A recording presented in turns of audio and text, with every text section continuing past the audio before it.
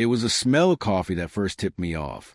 Not the comforting aroma of our morning ritual, but the faint trace of something different. Perfume I didn't recognize, mingled with the bitterness of a drink she wasn't supposed to make. I froze, my heart beating faster, my mind already spiraling into the possibilities I didn't want to face. Something was off, and after months of ignoring the small signs, I knew it was time to stop pretending. I started paying closer attention. The little things she had brushed off suddenly screamed for notice.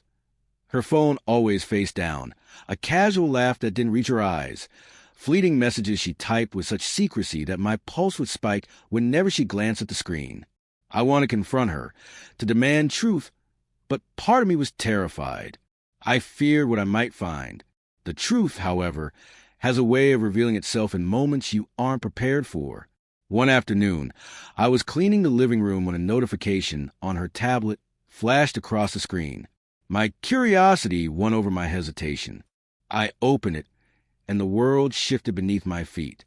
There they were, messages, photos, rendezvous planned with meticulous care. The woman I had trusted implicitly had been hiding another life, one that existed quietly alongside ours, and for months I hadn't noticed. I sat on the couch, the tablet heavy in my hands, staring at the evidence, the betrayal curling around my heart like smoke. Anger rose first, a hot, suffocating tide, followed by disbelief. How could she do this? How could she love someone else while sharing a life with me? And then came sorrow, deep and suffocating, a grief for what we had built and what was being dismantled by choices I hadn't imagined she would make. When she came home that evening, I confronted her. The words barely formed, my voice rough with emotion. "I know," I said. "I know what you've been hiding." She froze, her face pale, eyes wide with mixture of fear and guilt. It's not what you think," she started, but I shook my head. I had already seen enough to know it was exactly what I feared. The confrontation was raw, painful. She tried to explain, her voice trembling, her hands reaching out to me, but her excuses were hollow against the weight of evidence. "I didn't mean to hurt you," she said. I needed something I couldn't find here." Her words were a confession, but they weren't a justification. I listened, feeling the tremor of betrayal reverberate through every fiber of my being. Yet beneath the anger and sorrow, clarity began to seep in. I had been blind, too trusting, ignoring the signs because I wanted to believe in us, in her. And now, seeing the truth laid bare, I realized that my blindness had cost me my peace. Leaving wasn't immediate. I needed to breathe, to think, to understand the full scope of what this meant. But the clarity of knowing freed me in a way that fear never could.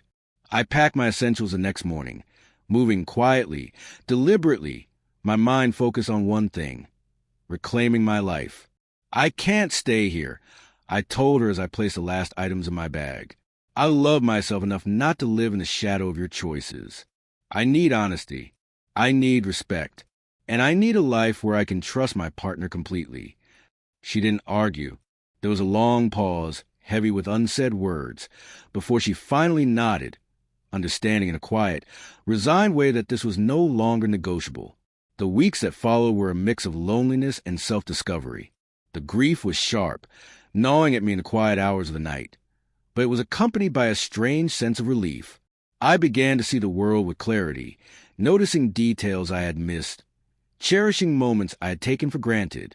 Friends, family, and small joys became anchors in the storm, helping me navigate the tumult of heartbreak. In time, I recognized a lesson embedded in the pain. Betrayal does not just destroy, it teaches. It forces you to confront the cracks in trust, the limits of tolerance, and the true value of your own heart.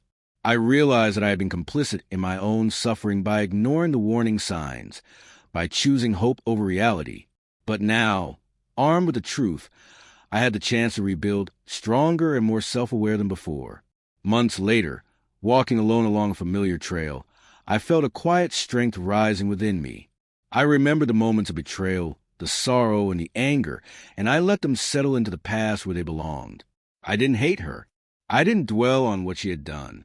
I simply acknowledged it, allowed myself to grieve, and then chose to step forward into a life defined not by her actions, but by my own choices. I learned that sometimes the greatest revelations come from pain, that betrayal exposes not just deception, but also resilience. I discovered that trust is precious, not to be given blindly, and that self-respect is a foundation on which a life worth living is built. Her lies had unveiled a world I never expected, but they also revealed the strength I had always carried within me, the strength to survive, to grow, and to choose myself when love became a shadow of what it should have been.